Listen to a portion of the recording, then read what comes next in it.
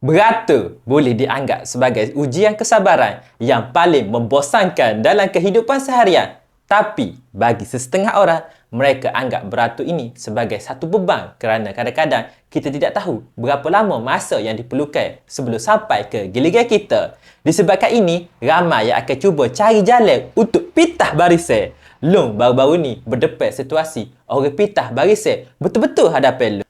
Masa tu, Lo tengah beratur nak bayar penyembuh serangga baygon di salah satu pasar raya di Kelantan. Lo tak payah mention lah pasar raya mana ke. Penyembuh baygon ni, kalau awak nak tahu, bukan sekadar kita sembuh kalau jumpa serangga je. Kalau jumpa ular pun kita boleh sembuh. Sungguh, tu nasihat JPA ke Lo sendiri. Tengah-tengah Lo beratur ni, tiba-tiba ada seorang puan minta laluan. Lo bagilah laluan. Ingat ke, dia nak lalu je. Tapi rupa-rupanya, dia nak duduk depan Lo. Masa tu ada orang lain tengah bayar dan dua orang ni macam kenal. Jadi Lo ingat dia nak bayar sekali dalam satu resit. Tapi sebenarnya tak, bayar asing-asing. Tergamai juga Lo sebentar.